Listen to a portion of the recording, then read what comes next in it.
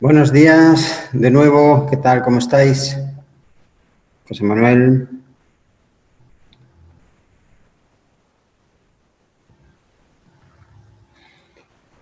Sí, veo que me estás ya formulando una pregunta y si efectivamente Slide es uno de los software que más se está utilizando en la hidráulica fluvial, ¿no? Y sí, directamente como un software para modelar es muy adecuado, ¿eh? Es recomendable. De hecho, en las clases en maestría, sin entrar a verlo porque no está dentro del programa en la Pedro, lo recomiendo, ¿no? Sí que vemos algún vídeo de cómo funciona y en ocasiones hago alusión a él. Así que sí, recomendable, completamente. Y por supuesto, las hojas de cálculo siempre, por una razón. Cualquier cálculo que nosotros tengamos que hacer, mismamente con Slide, por la salida de los resultados en TXT, nosotros pues tenemos que tener el espíritu crítico como mínimo para poder interpretar el resultado. Entonces, para poder interpretar el resultado, nosotros de antemano tenemos que saber cuál, o estimar, intuir como mínimo cuál va a ser el resultado que nos va a arrojar. Y la mejor manera de acertar frente al resultado que nos arroje el programa es justamente iniciar unos cálculos preliminares que en ocasiones ya no son tan preliminares, que en ocasiones son también muy acertados, ¿no?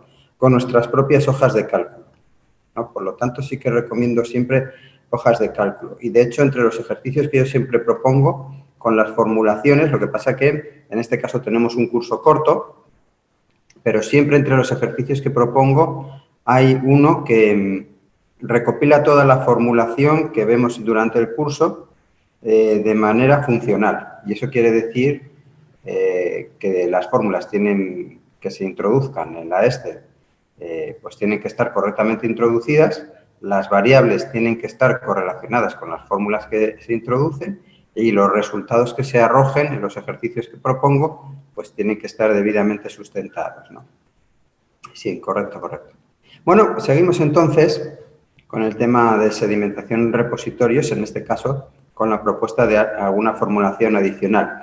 Me tendréis que disculpar, en el día de ayer me surgió una circunstancia en el Colegio de Ingenieros y bueno, pues me han invitado a formar parte del Comité Técnico de Geotecnia del capítulo de Ingeniería Civil y bueno, pues era solamente por ese tema. Así que, bueno, pues continuamos. Una relación empírica para estimar la densidad seca global final al cabo de T años de sedimentos depositados en embalses la podemos estimar perfectamente a través de la formulación propuesta en 1953 por Lane y Colser, ¿no? En el cual, pues, si os fijáis, se determinan en función de unos parámetros que están perfectamente tabulados, ¿no? Como el coeficiente de consolidación, que al final también depende, a su vez, de la densidad del material que se está sedimentando y que, por otro lado, es también una densidad relativa. Esta densidad, bueno, pues como veis, depende del tipo de materiales. T es el tiempo en años, ρB sub 1 es la densidad seca global in situ inicial después de un año de consolidación, ¿no? Por lo tanto, esa es la razón por la que en función del tipo de material, pues este valor varía, y K es el coeficiente de consolidación. Si os fijáis, todos los parámetros son experimentales, ¿no? Nosotros podemos medir en el laboratorio cuál es la densidad del material, cogemos una muestra, la medimos y listo. Y el valor de K, que es un coeficiente de consolidación y que depende del valor de la densidad, bueno, pues es un valor también que está tabulado. Por lo tanto, aplicando esta fórmula de una manera muy sencilla y en función del número de años, podemos llegar a conocer o a estimar la densidad seca global final del material, ¿no? Evidentemente, si nosotros tenemos la densidad al cabo de T años y nosotros perfectamente podemos medir el volumen de materiales que se ha depositado en esa cantidad de años, automáticamente podremos conocer cuál es la masa de ese material que se ha depositado, ¿no? Densidad, masa partido por volumen, ¿no? El volumen lo podemos medir, la densidad la estimamos a través de esta expresión, por lo tanto, la masa la podemos conocer, ¿no? A su vez, Miller también desarrolló una ecuación el mismo año que representa la densidad seca global promedio del depósito total de sedimentos en el reservorio. Evidentemente, bueno, si os estáis fijando, estos parámetros dependen del tipo de material. Obviamente, el material puede llegar a variar ligeramente con el tiempo, porque hasta incluso la energía del cauce del río que llegue a un repositorio varía a lo largo de la época del año, varía en función de la cantidad de lluvias, obviamente, ¿no? Y por lo tanto del tipo de sedimentos que arroja, ¿no? Lo que quiere decir es que se puede llegar a una estratificación de los materiales en función del tamaño de los materiales que en ese momento el río está transportando.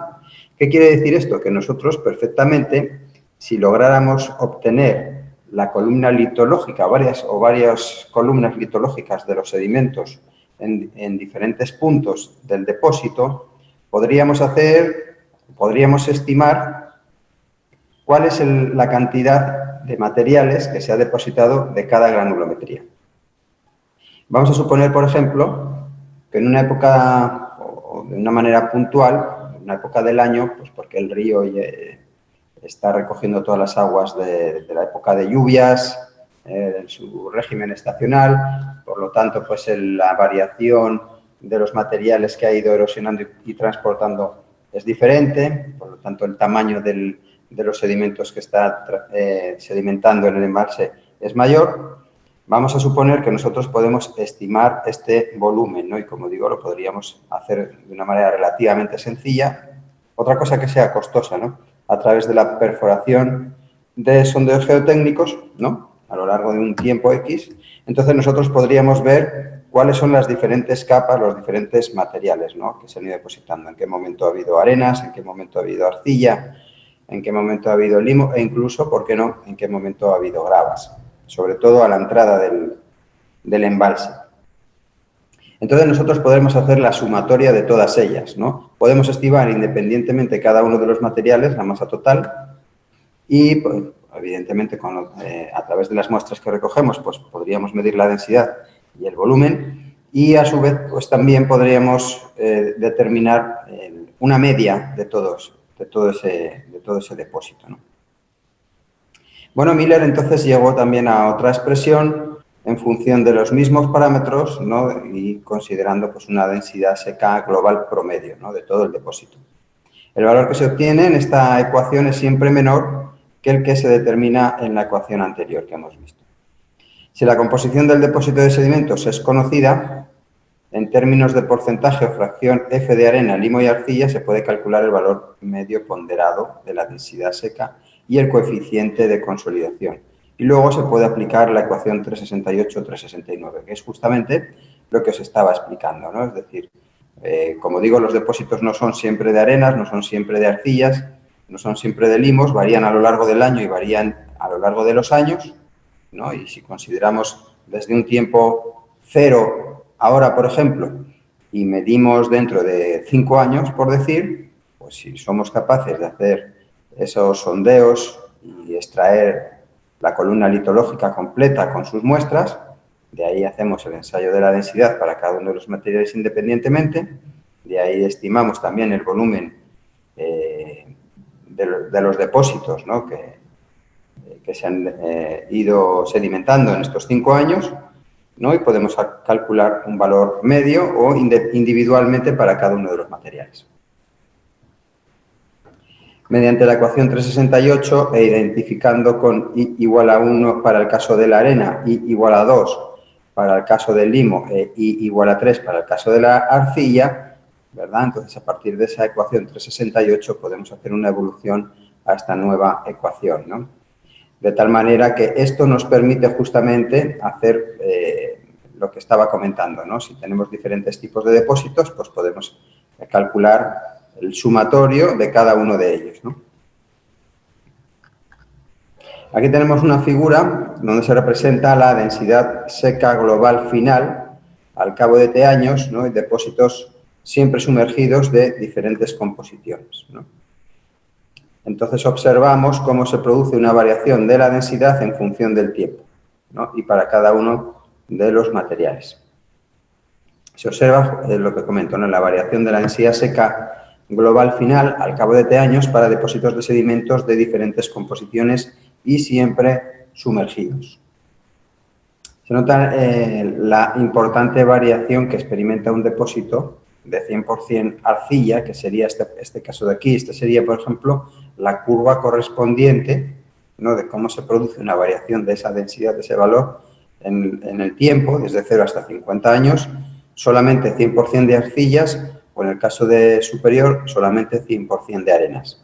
Y entre medios, pues tenemos diferentes porcentajes de los diferentes materiales, ¿no? Esta es una gráfica que se ha obtenido a partir de la ecuación 370. Entonces, como decimos, hay una importante variación que experimenta un depósito de 100% de arcilla a lo largo de 50 años comparada con la variación nula, vemos esta variación lineal, ¿no? De un depósito de 100% de arena en el mismo periodo.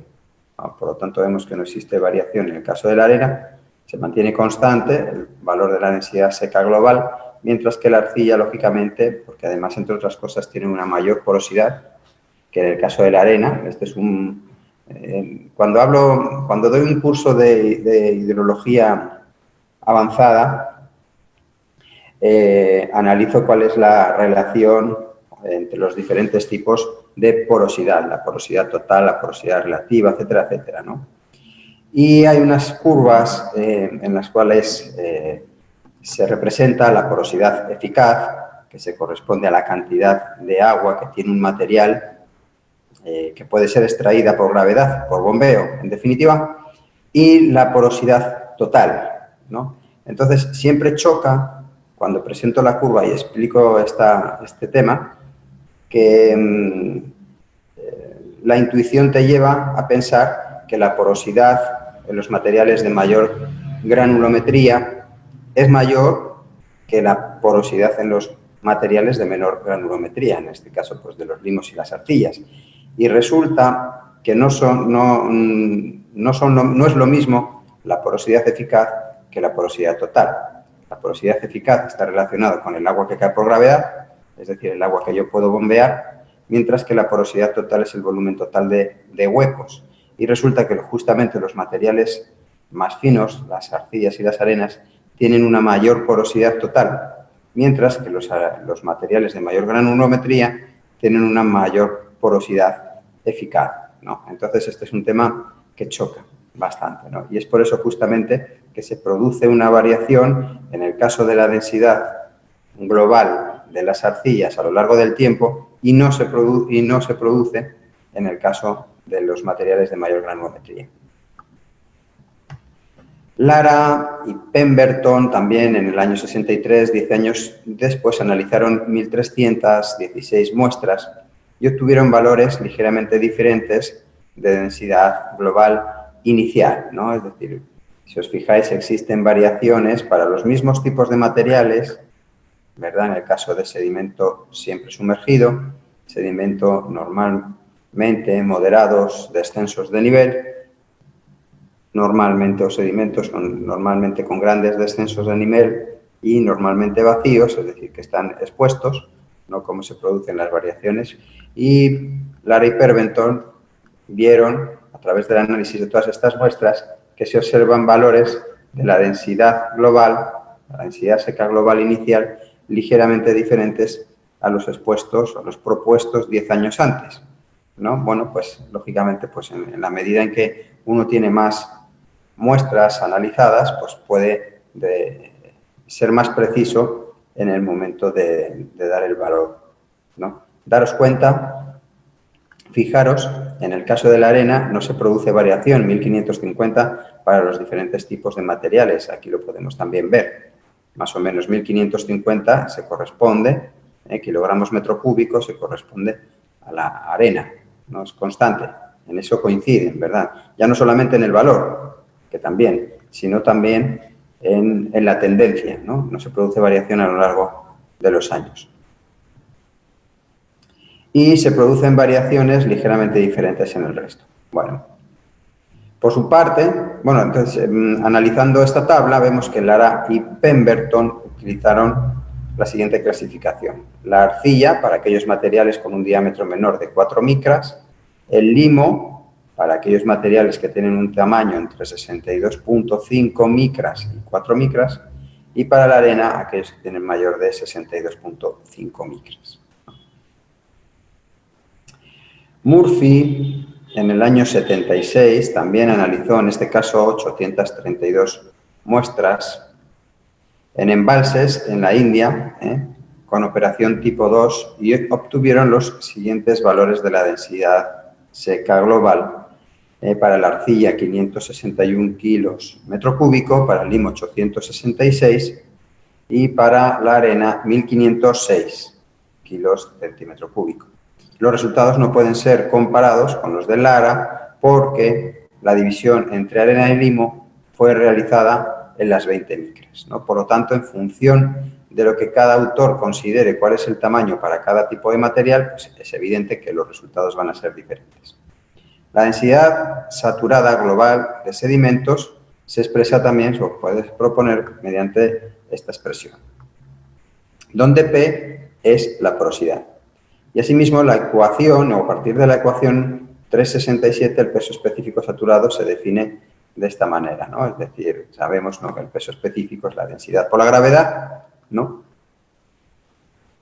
Y el peso específico, en este caso, es un parámetro relevante, ¿no?, en los análisis de erosión masiva de márgenes de ríos aluviales, tal y como vimos en la segunda clase, en el momento de explicar cuál es el umbral a partir del cual se produce el movimiento de las partículas. Este parámetro influye en la fuerza de gravedad que tiende a desestabilizar un bloque de margen de cierto volumen, no tal y como lo veíamos.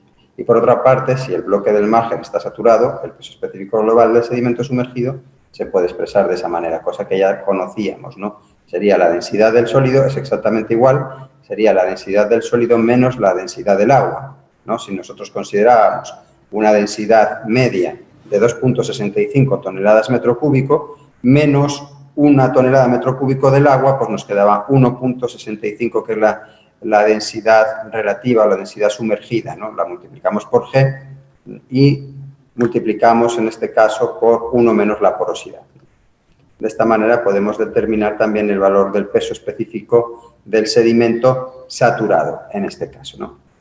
Por lo tanto, bueno, pues de una manera relativamente sencilla, con muy pocos parámetros, con muy pocas variables, podemos tener una estimación. Fijaros que estas fórmulas son bien fáciles de meter en una hoja de cálculo, ¿no? En el momento de hablar de la sedimentación, yo recomiendo, de hecho, que en una hoja de cálculo pues haya varias pestañas. Una pestaña para hablar de la erosión, otra del transporte y otra de la sedimentación, ¿no? Y que finalmente todas pueden estar relacionadas entre sí, porque hay variables que están relacionadas también, ¿no?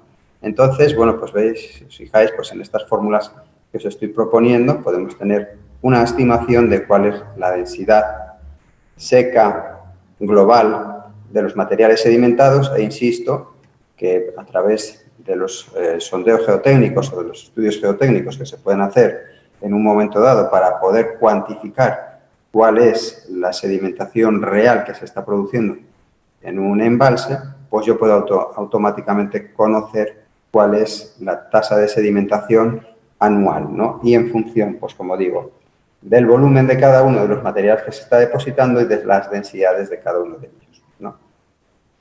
Veíamos la semana pasada que el problema de la sedimentación es un problema complejo de poder estimar, que es un problema que tenemos que cuantificar o hacer una estimación de antemano en el momento del diseño, porque en caso contrario nos vamos a equivocar seguro, y fundamentalmente en la vida útil del propio embalse. Y para ello, pues cuanta más información dispongamos del funcionamiento del medio fluvial aguas arriba, pues mejor vamos a poder conocer o por lo menos hacer una estimación de cuál va a ser la tasa de sedimentación. Pero también recordamos, ¿no?, que cuando nosotros estamos proponiendo una obra de este tipo, resulta que, bueno, que tenemos que considerar como mínimo, una vida útil de 50 años. En España, por ejemplo, este tipo de obras se calculan, se diseñan para vida útil de 100 años, ¿no? Entonces, con los debidos mantenimientos se puede conseguir, eso no cabe duda, ¿verdad? Y hay que considerarlo, pues, evidentemente, en nuestro análisis de costes. Entonces, evidentemente, si nosotros tenemos que proyectar una obra a 50 años, bien difícil podemos estimar, bien difícil podremos cuantificar qué es lo que va a suceder dentro de 50 años, ¿no? Veíamos que pueden producirse, bueno, se pueden construir obras aguas arriba, canalizaciones, puede haber variaciones en la población, puede ocurrir que haya un régimen de lluvias mayor y que en consecuencia que las zonas altas pues sean más erosionables. Bueno, pues pueden surgir muchísimas situaciones que en principio no teníamos previstas y que en fin, pues pueden, evidentemente, o que van a tener una repercusión en nuestro embalse, ¿no? Y que frente a ello, pues la solución automáticamente pues es proponer desarenadores, sedimentadores, ¿no?, antes de la entrada del cauce al propio embalse, ¿no? Esa sería la solución en todos los casos, ¿no?, y que bueno, nos permitiría tener una solución a largo plazo sin que llegue a producirse la entrada de la mayor parte de los sedimentos al embalse, ¿no? Y de esa forma pues resolvemos esta situación. ¿Tenemos alguna pregunta hasta ahora? ¿Vamos bien? Ok, entiendo que sí. Perfecto. Bueno, pues vamos a dar ahora entrada a otro documento. Voy a hablar de las leyes de Fargue. Os voy a colocar. Muy bien, sobre las leyes de Fargue, que, bueno, este autor, a primeros de los años del siglo XX, comienzos del siglo XX, se dio cuenta, o hizo varios análisis, fundamentalmente en el río Garona, y se dio cuenta que existe una relación entre la curvatura del eje geométrico del río, es decir, del eje en planta, y la profundidad de talweg, ¿no?, en el perfil. Esto es importante, estas observaciones son muy importantes de cara a los diseños de encauzamientos, ¿no?, porque nos permiten anticiparnos. Existe una relación entre el radio de curvatura del propio meandro y la profundidad posible que va a tener, la profundidad que va a tener, ¿no? Y esto nos permite justamente poder anticiparnos, ¿no? Vamos a ver el documento y cualquier duda que pueda haber después me la planteáis. Es un ingeniero francés, ¿no?, como os digo, que trabajó, estudió en el río Garona, allá por el año 1908, y sus conclusiones, como siempre decimos, empíricas, ¿no?, son conocidas como las leyes de Fargue. Son una aproximación más detallada a la morfología de un meandro, cuyo interés encontrará en sus aplicaciones a encauzamientos. La observación principal de Fargue es, en síntesis, que existe una relación entre la curvatura del cauce y la pendiente local del río. Sí, me disculpáis un segundito, por favor.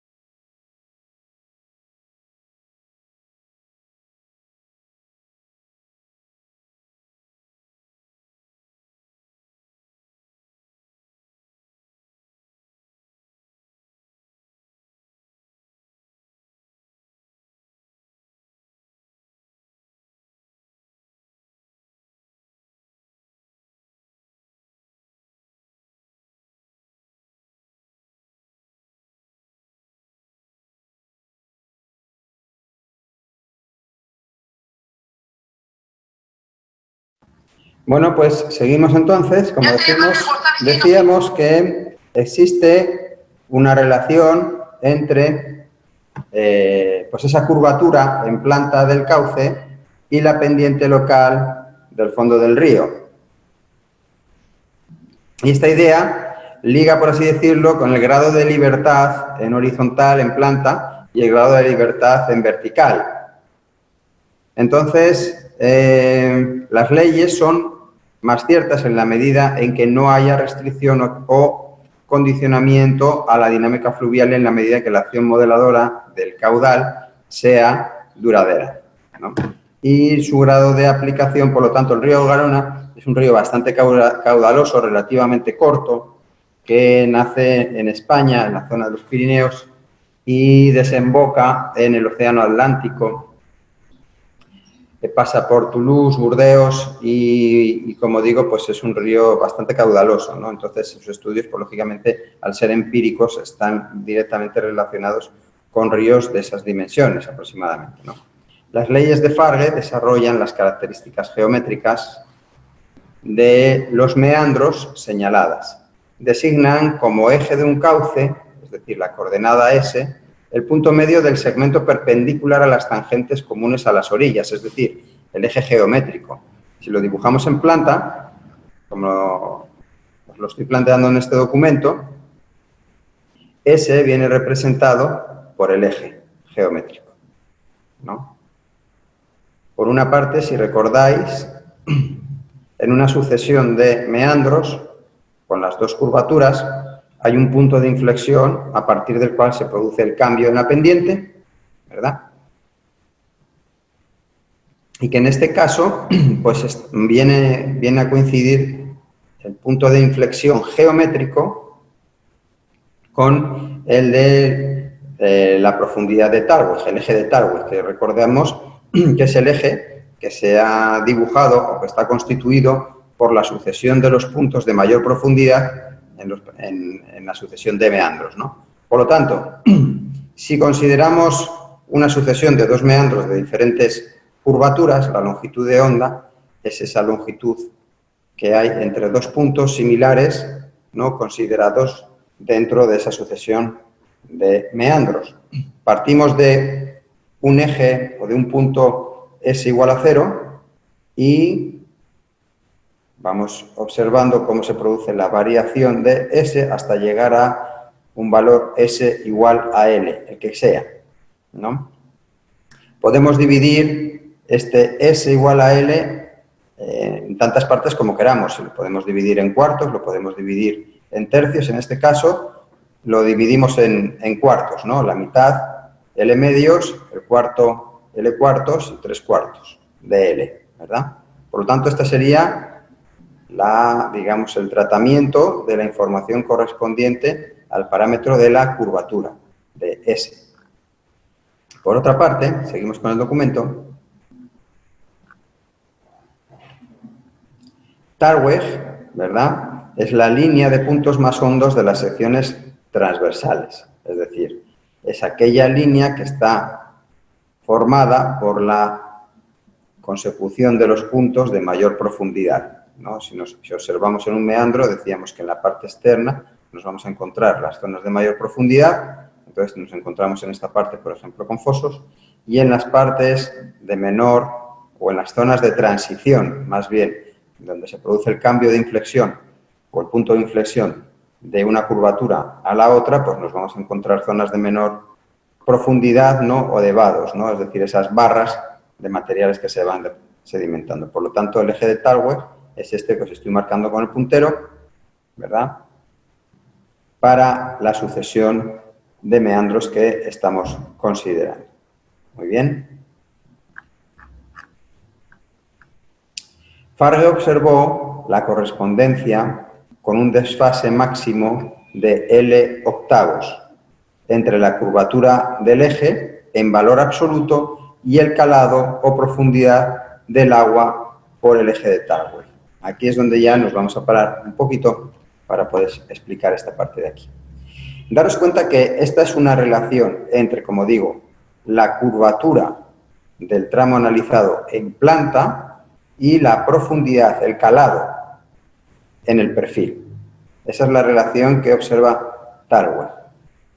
Si consideramos o si nos vamos a representar los valores en el eje X y en el eje Y, tanto de la curvatura como del calado, nos vamos a encontrar con estos dos tipos de curvas. Por un lado, el correspondiente a la curvatura, es decir, el que está relacionado con S, y además en valor absoluto. Fijaros que si nosotros consideramos el valor Y y el valor X, el punto central, que es el que yo os estoy representando con el puntero, va a ser un punto en el cual la curvatura pasa de una tendencia a la otra.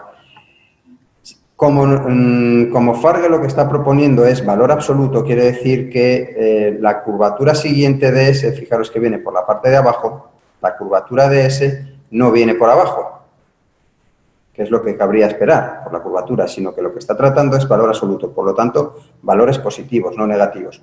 ¿Por qué? Pues porque si yo considero este punto central donde yo tengo el puntero y aquí le pongo el eje de las X, ¿no? El eje de las X tal y como está aquí dibujado, la curvatura me viene por arriba, está de aquí, es decir, de manera exagerada, me viene por aquí y en el siguiente, a partir del punto de inflexión, me cambiaría la curvatura, me tendría que venir por la parte de abajo del eje de las X, pero como lo estoy observando en valor o lo estoy cuantificando en valor absoluto, yo me voy a encontrar con otra curvatura de este tipo.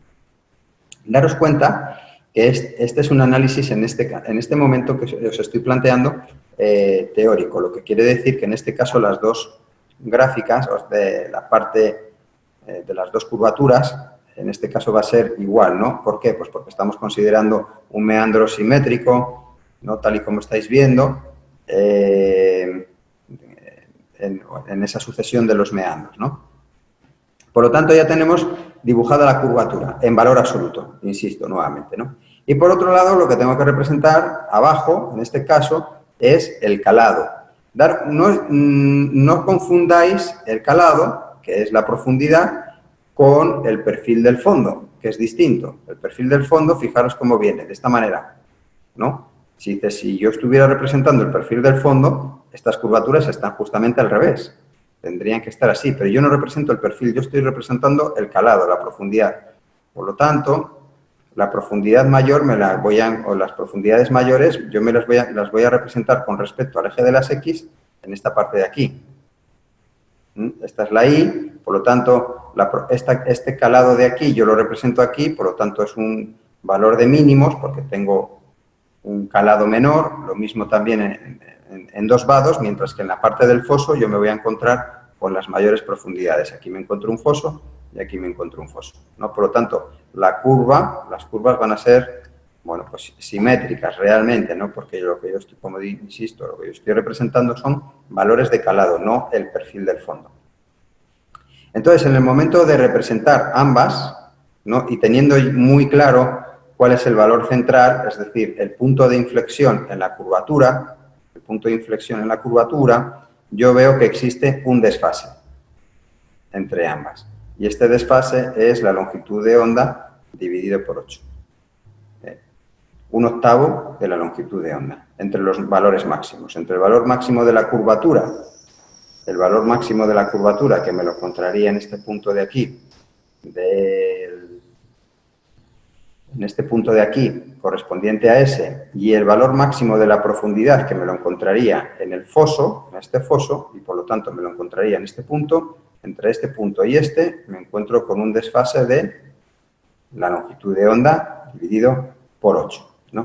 Entonces yo me puedo anticipar, lógicamente, al momento de poder diseñar encauzamientos, sobre todo de tipo natural, que es de lo que estamos hablando, de la regeneración de los tramos, ¿no? Tal y como veíamos la semana pasada, cómo pasar un tramo artificial o a un tramo regenerado, natural, ¿no? Con el propio cauce natural, yo me puedo anticipar para conocer dónde se van a encontrar los puntos de mayor profundidad, dónde van a estar los fosos, dónde se van a encontrar los puntos de sedimentación de materiales, etcétera, etcétera, ¿no? Justamente mediante la aplicación geométrica, en este caso, ¿no? Y de una manera muy sencilla, bien sencilla, de estas leyes, ¿no? Lo único que tengo que tener muy claro es que lo que yo estoy aquí representando son, por una parte, valores en planta y, por otra parte, valores en vertical, ¿no? Vemos que existe ese desfase.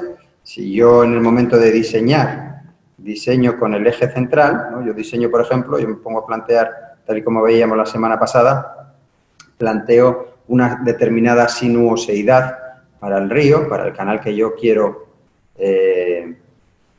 diseñar. Entonces, yo me puedo anticipar justamente con esa sinuosidad para saber dónde se van a colocar o dónde van a estar ubicados los fosos que con el tiempo pues se van a ir generando de manera natural, ¿no? Justamente por todo lo que venimos explicando las semanas pasadas, ¿no? Entonces, para concluir este documento,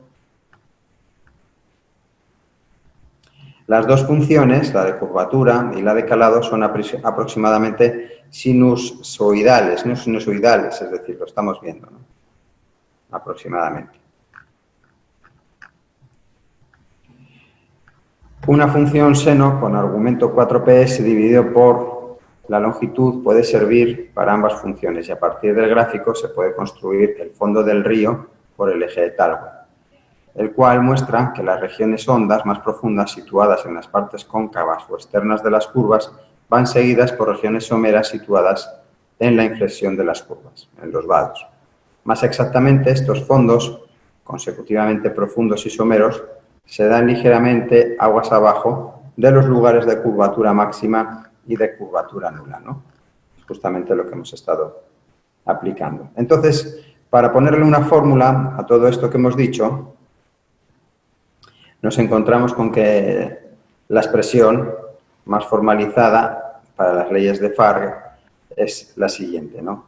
La variación de la curvatura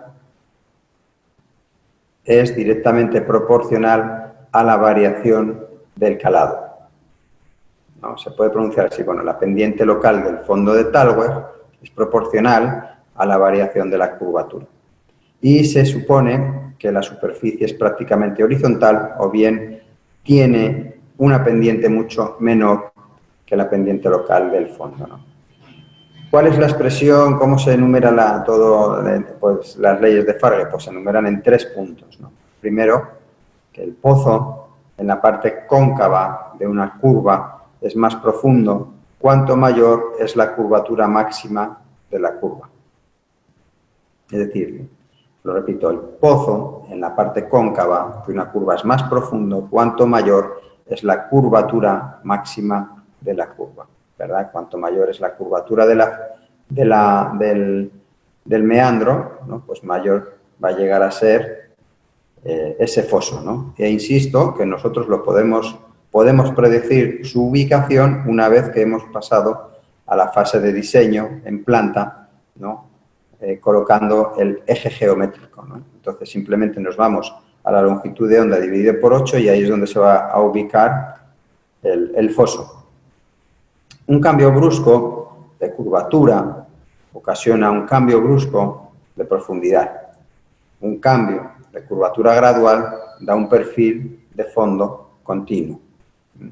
Y finalmente, a igualdad en la longitud S, la profundidad media en un tramo es a mayor ángulo entre las tangentes a la entrada y a la salida del tramo, es decir, a mayor curvatura media en el tramo, ¿no? Por lo tanto, esta longitud va a depender directamente, lógicamente, de esta curvatura, tal y como estábamos viendo en el gráfico en planta, ¿verdad? Recordemos que este es el valor de S, ¿no? Que hemos partido para analizar la curvatura, para analizar la sinuosidad, de ahí el valor S, daos cuenta en el documento, indistintamente nos referimos al valor de S para referirnos a la sinuosidad o el valor de C para referirnos de la misma manera al mismo parámetro, en este caso curvatura, ¿no? Lo mismo, son equivalentes hablar de sinuosidad y hablar de curvatura.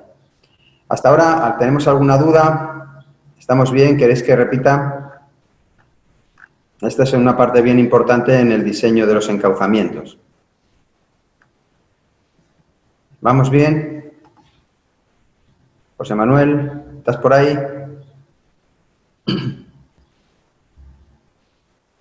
Ok, seguimos entonces y vamos a hablar, en este caso, de los modelos físicos.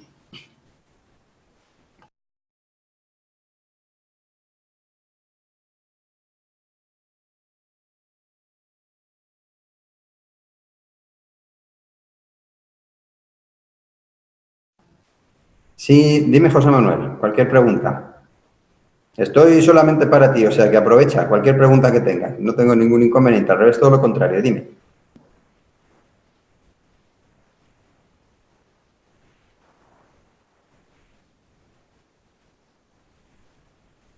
Sí, justamente, mira. Si recuerdas de la semana pasada, cuando os hablaba de cómo se puede encauzar un río trenzado, recuerda que estábamos fijando varias partes. Por una parte, hacíamos un... Mira, voy a rescatar el documento y sobre ese documento te lo explico mejor. A ver... ¿Qué consideraciones son las que hay que tomar en cuenta para que nuestro diseño sea sostenible? Exacto, muy bien. Voy a rescatar ese documento y sobre ese documento te lo explico.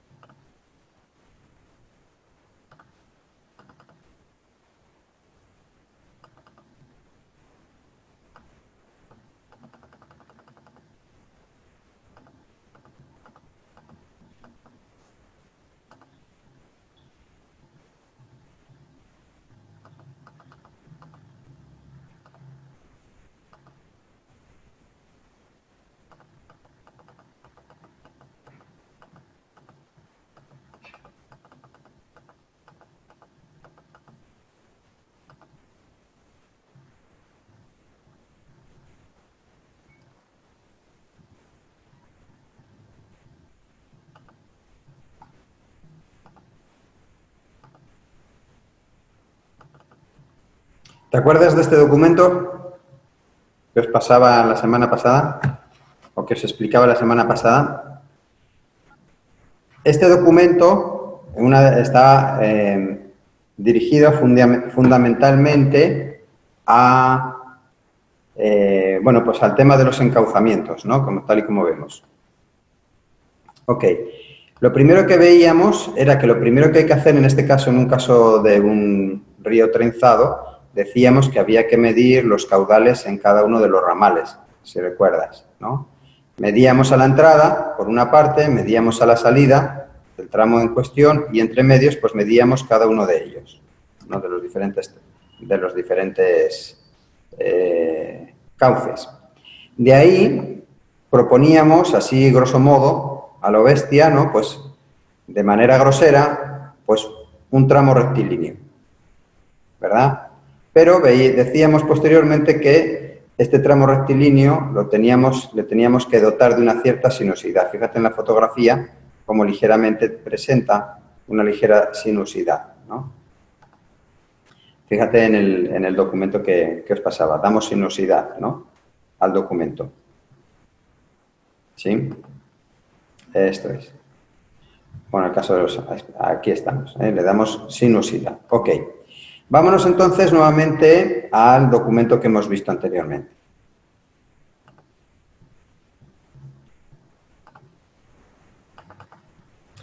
En el momento en que yo ya le doy sinuosidad al tramo en cuestión, al que yo quiero... Aquí está un poco exagerado, ¿eh? Aquí estaríamos hablando de meandros tipo, ¿no? Pero vamos a suponer que esta es la sinuosidad que yo he determinado para un tramo que quiero encauzar, ¿no?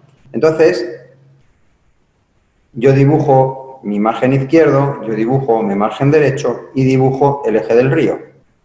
Entonces, lo que Talweg me está diciendo es que existe una relación entre este eje del río y la profundidad del eje de Talweg. Es decir, yo me voy a poder anticipar para conocer, dentro de esta sinuosidad que yo estoy planteando, dónde se van a encontrar los puntos de mayor erosión, es decir, los fosos, y dónde se van a encontrar los puntos de sedimentación, es decir, los vados, las barras, ¿no? ¿Cómo? Pues a partir del eje, en el caso de los puntos máximos, recuerda que hemos dicho de plantear el eje central, o sea, en el caso vertical, el cambio, el punto de inflexión de un meandro al otro, de una sinuosidad a otra, y yo puedo ir planteando también, pues, el S cuartos, puedo plantear 3/4 de S, etcétera, ¿no? Entonces, si yo me voy a un octavo siguiente del valor de la longitud de onda, me voy a encontrar el punto de mayor profundidad. Y en este caso, exactamente igual,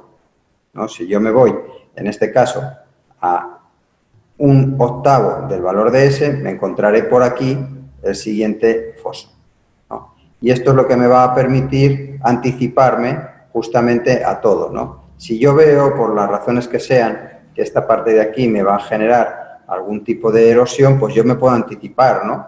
Y entonces puedo plantear, por ejemplo, ya directamente pues algún tipo de espigón, si fuera necesario, ¿no? Si fuera necesario. O simplemente, lo que sería recomendable, lo que yo recomendaría es no darle tanta sinuosidad como en el dibujo, ¿no? Pues hacer una sinuosidad ligera, como está planteado en este documento que os pasaba, ¿verdad? Le damos una sinuosidad ligera y ya está, y resolvemos el tema de los fosos y el tema de los vados. ¿Sí? ¿Has entendido ahorita?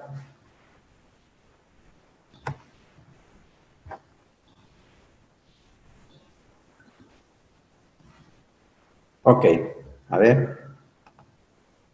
Ok, listo, José Manuel. Muy bien. Bueno, pues vamos a seguir entonces con el tema de modelos físicos.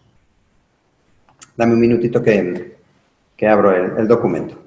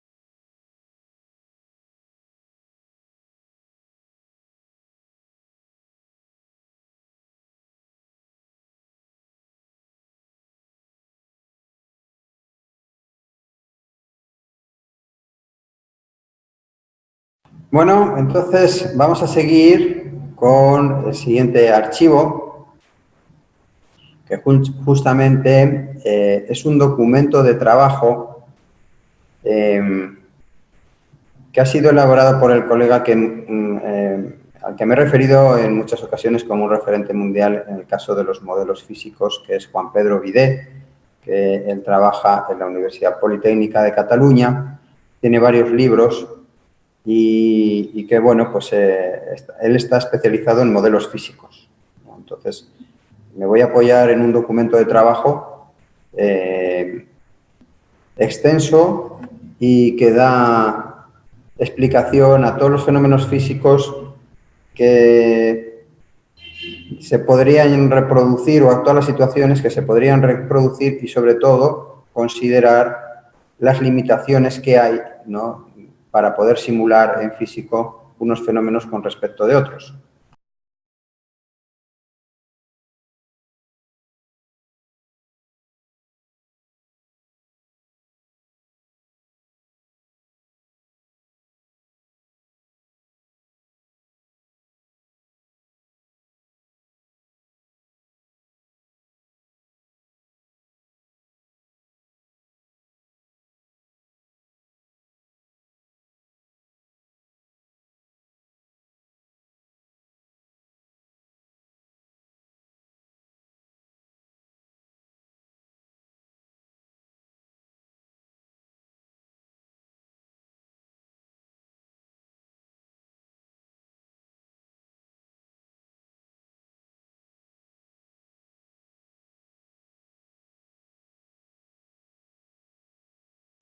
Muy bien, pues modelos físicos en los ríos de lecho fijo y de lecho móvil. Para poder trabajar con modelos físicos, pues lo que hay que hacer es reproducir, entre otras cosas, el fenómeno físico que se quiere explicar, ¿no? Hay muchas maneras de hacerlo y todo depende del autor, de la persona que está construyendo el modelo. Y afortunadamente, pues se dispone en las últimas décadas, o más bien vamos a decir en los últimos 25 o 30 años, de un apoyo muy importante que es el software. El software nos permite, a la vez que hacemos un modelo físico, hacer un modelo matemático, un modelo numérico de ese fenómeno y podemos trabajarlo a la par. La sistemática viene a ser la siguiente. Os lo digo por otro proyecto, te lo comento por otro proyecto muy grande en el que tuve oportunidad de trabajar a finales de los años 90, bueno, hasta 2001, que está relacionado con el comportamiento de los residuos radiactivos.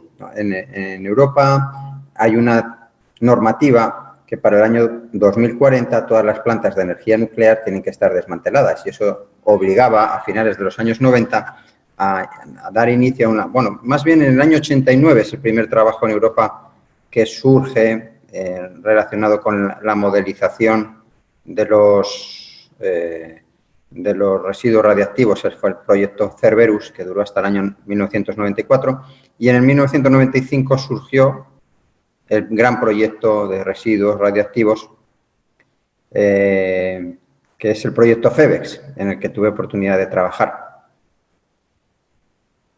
Entonces, ¿cuál es la sistemática? Este proyecto estaba dividido en tres partes. Una parte a escala real, en la que se trabajó un túnel para los reservorios nucleares o de los residuos nucleares de alta actividad, un túnel en los Alpes suizos, en Grimsel, ¿no? Por lo tanto, ahí teníamos una situación real.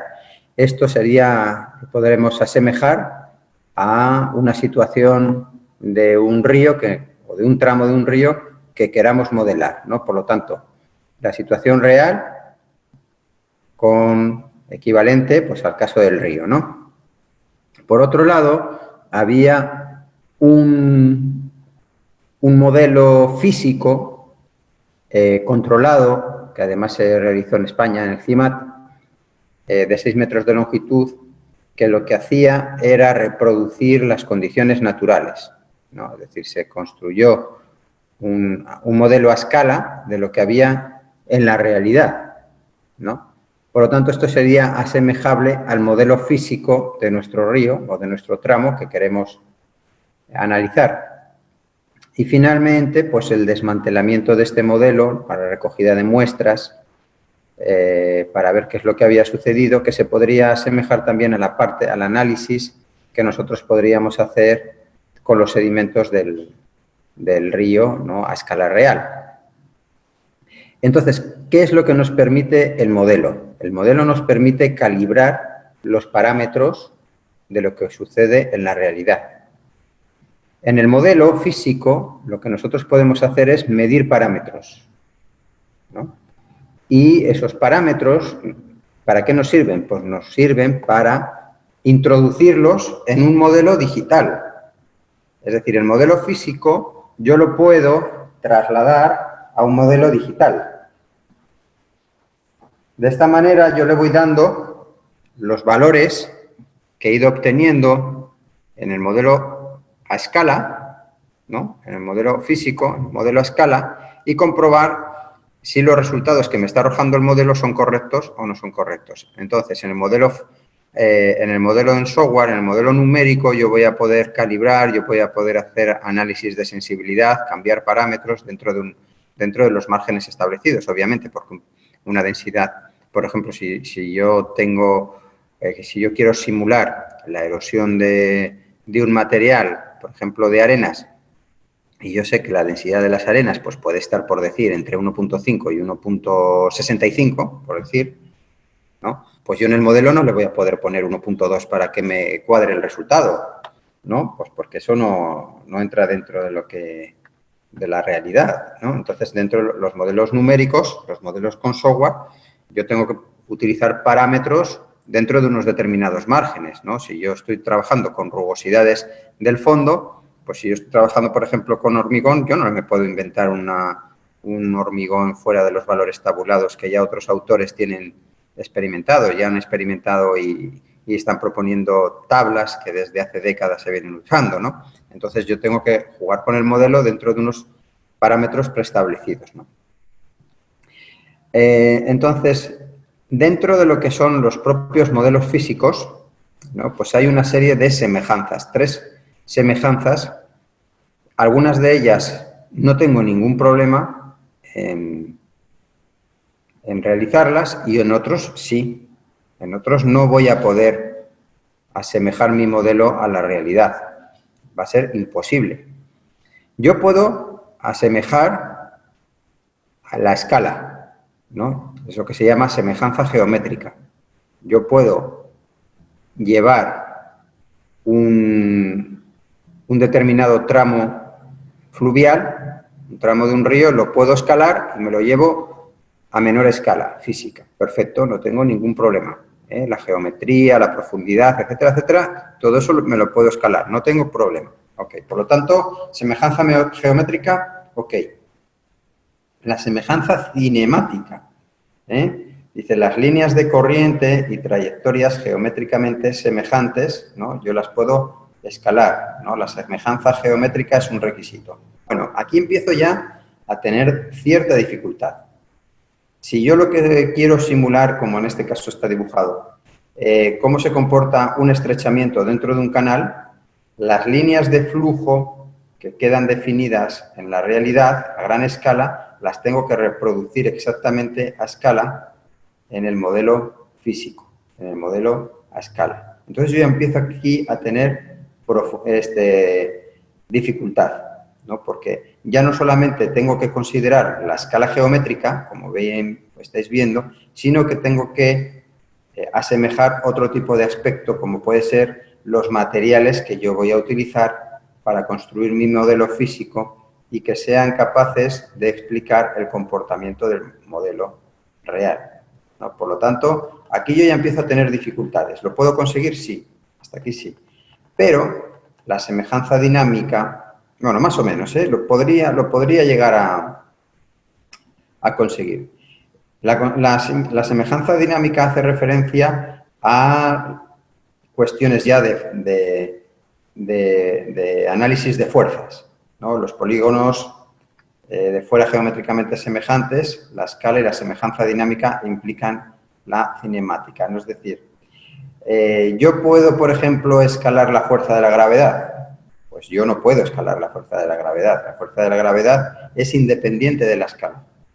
Yo puedo escalar el coeficiente, la viscosidad cinemática, por ejemplo, pues yo no puedo escalar la viscosidad cinemática. ¿Puedo escalar la densidad? Yo no puedo escalar la densidad. Entonces, hay todas estas variables, yo no puedo escalarlas. Por lo tanto, esta es mi gran limitación que va a hacer que en la construcción de mi modelo yo tenga que utilizar algún tipo de argucia, ¿no? El uso de ciertos materiales para que el modelo a escala refleje exactamente lo que está sucediendo en la realidad. ¿Sí? ¿Lo entendemos? ¿Entiendes? ¿Sí? Ok, mientras no me plantees alguna pregunta, buenos días, Edgar, mientras no me planteéis alguna, a ver si.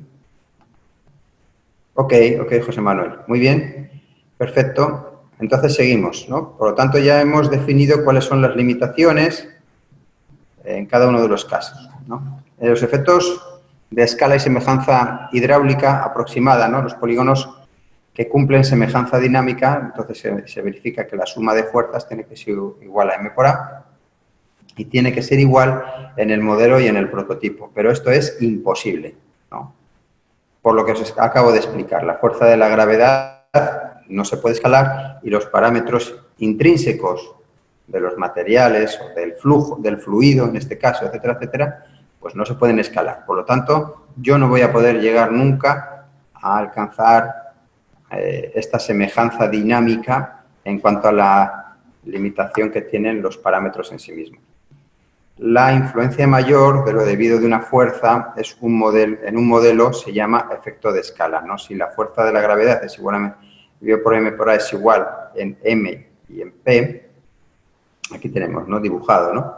En el modelo a escala o en el modelo real existe una semejanza hidráulica que viene dada por el número de Freud, ¿no?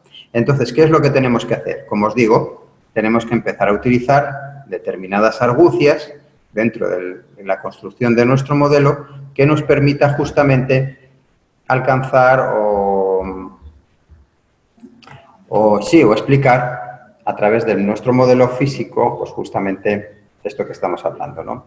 Por ejemplo, pues el número de Reynolds, ¿no? El número de Reynolds que lo habíamos definido lo podíamos definir en función de la viscosidad dinámica o en función de la viscosidad cinemática, ¿no? Por un lado, venía dado por la velocidad, bueno, mismamente en esta expresión de aquí que vemos, ¿no?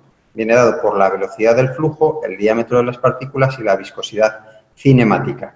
La viscosidad cinemática no se puede escalar, pero yo puedo escalar el tamaño de las partículas, ¿no? No tengo ningún problema en la semejanza geométrica, y la velocidad del flujo, pues sí, también la puedo controlar, ¿no? Entonces yo tengo que hacer algo aquí para que a partir del número de Reynolds, ¿no? Pues el resultado del modelo físico sea igual, sea semejante al resultado del modelo. Y es justamente lo que aquí se está explicando, ¿no? Yo tengo en mi modelo a escala que cambiar el número de Reynolds para poder llegar a la misma sumatoria de fuerzas, ¿no? Para poder alcanzar mi semejanza dinámica, ¿no? Que mi modelo a escala, de que la sumatoria de las fuerzas en mi modelo a escala sea el mismo que en la realidad, ¿no? Que en la situación real, ¿no? Y como digo, pues ¿qué es lo que tenemos que hacer, por lo tanto? Pues coger todas y cada una de las fórmulas que vamos a utilizar, ¿no? Y revisar cuáles son aquellos parámetros que yo puedo controlar directamente, como puede ser en este caso el diámetro de las partículas, y cuáles son las que yo tendría que variar, en este caso la velocidad, ya que la viscosidad cinemática no la voy a poder cambiar, ¿verdad? Por lo tanto, pues lo podemos ver justamente en este cuadro de aquí, ¿no? Para mi semejanza geométrica, yo la tengo controlada, no tengo ningún problema. La suma de fuerzas yo sí que la tengo que cambiar, lógicamente para que el resultado final en esa suma de fuerzas pues sea el mismo, tanto en el modelo como en la realidad. En cuanto al tipo de modelos físicos sobre ríos, claro, tal y como os estoy explicando, uno lleva a pensar que los modelos físicos en realidad no se usan. Y os tengo que decir que sí, los modelos físicos se están utilizando para poder explicar los fenómenos reales, porque eso me va a permitir justamente el poder anticiparme en el momento del diseño, ¿no? Es cierto que el hacer un modelo físico es una tarea bien compleja y es una tarea muy larga y muy costosa, muy larga en el tiempo, ¿eh? Es decir, construir un modelo físico no lo hago en una semana. Me va a llevar bastante tiempo la selección de los materiales, me va a llevar mucho tiempo el análisis adecuado de los parámetros, ¿no? Pero el resultado final pues va a ser que yo voy a poder definir muy claramente un diseño para una determinada situación. Os podéis imaginar que este tipo de trabajos pues está relacionado con obras bien costosas, que puedan ser canalizaciones en ciudades grandes o ciudades en general que tienen algún tipo de problema con erosión. Son muy utilizados en costas, por ejemplo, o en las zonas de desembocadura, obviamente, ¿no? Las desembocaduras, pues, lógicamente, pues, son puntos conflictivos, ¿no? Tanto en los embalses como en el mar, tal y como veíamos, el tema de la sedimentación. Por lo tanto, pues hay situaciones, hay estudios, hay análisis que ameritan justamente el que se puedan realizar este tipo de análisis, ¿no?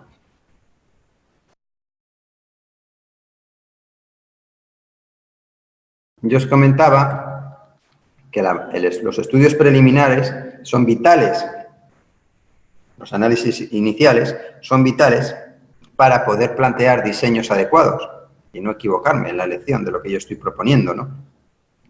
Cosa que, insisto nuevamente, es algo que no se suele hacer, por lo menos aquí, es decir, nos vienen los proyectos de Lima indistintamente y sin haber analizado previamente cuál es el funcionamiento en el tiempo, cómo funciona pues un tramo en el que yo quiero actuar.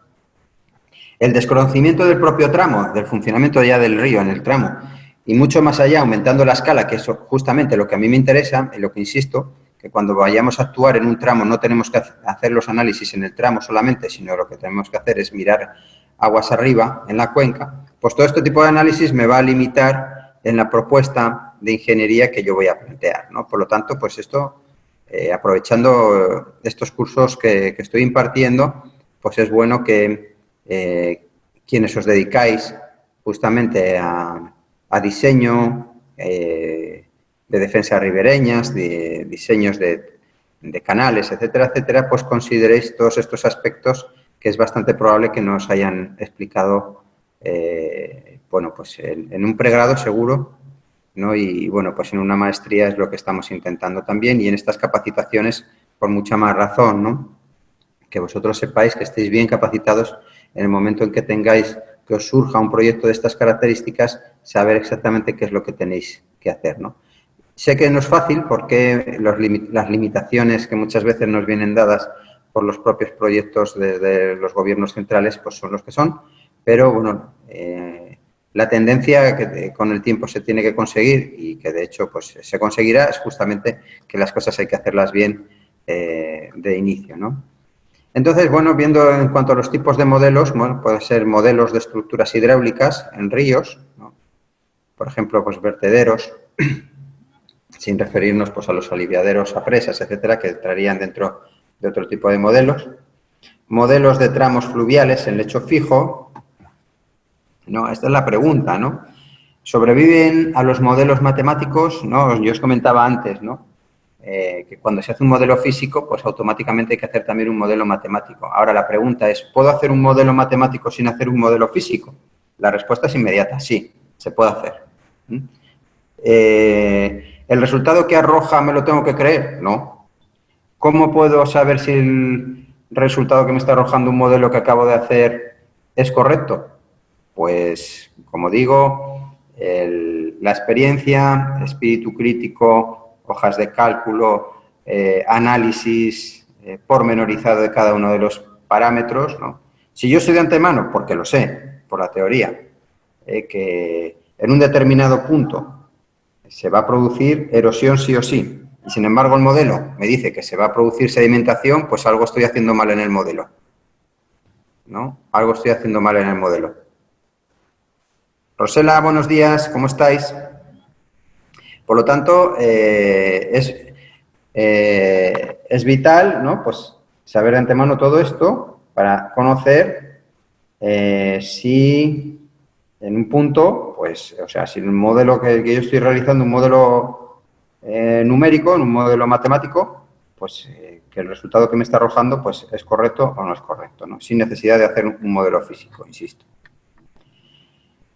Modelos de tramos fluviales en lecho móvil, ¿son rigurosos? ¿Pensáis que son rigurosos? Bueno, pues la respuesta es no. No son rigurosos, pueden variar en función de cómo cambien justamente la dinámica del propio río, ¿no? Si yo estoy diciendo que el lecho es móvil es por algo. Si cambian las condiciones hidrodinámicas, pues va a ser más o menos móvil, ¿no? Por lo tanto, no son rigurosos, ¿no? ¿Yo puedo hacer un modelo matemático en un lecho móvil? Por supuesto que sí, y de hecho, ¿no? Es la diferencia entre trabajar en un régimen transitorio a trabajar en un régimen permanente, ¿no?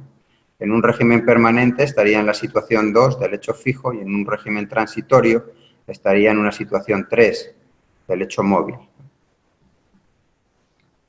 Y 4, modelos de fenómenos locales como la socavación, las pilas de un puente o los estribos. Y este es justamente el gran limitante de los modelos físicos. ¿Por qué? Pues justamente por la semejanza dinámica que os estaba explicando, ¿no? Yo no voy a poder alcanzar jamás la semejanza dinámica debido a que los parámetros universales no son escalables en la suma de las fuerzas, ¿sí? La gravedad no es escalable, los parámetros hidráulicos o del agua no son escalables y otra serie de parámetros también del propio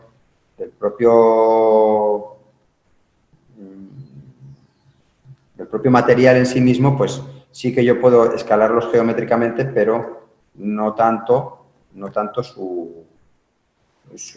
digamos, su resultado. Es decir, yo puedo, daros cuenta, mira, en el momento en que yo estoy asumiendo que la semejanza geométrica es por la que yo debo empezar y se va a cumplir, si yo estoy utilizando, fijaros en el número de reinos, ¿no? Este tipo de argucias por los cuales ya empezamos a trabajar y tenemos que empezar a tener las limitaciones. Si yo puedo cambiar el diámetro de los materiales, y debo cambiarlo, porque si yo, por ejemplo, tengo sedimentación en un tramo que quiero simular con un modelo físico, si yo tengo sedimentación de arenas, vamos a suponer que esas arenas tienen un tamaño 1.5 milímetros y que tienen una densidad 1.55 gramos centímetro cúbico, ¿no? O 1.55 toneladas metro cúbico. Si yo tengo que hacer mi modelo a escala, este tamaño de las partículas lo tengo que cambiar.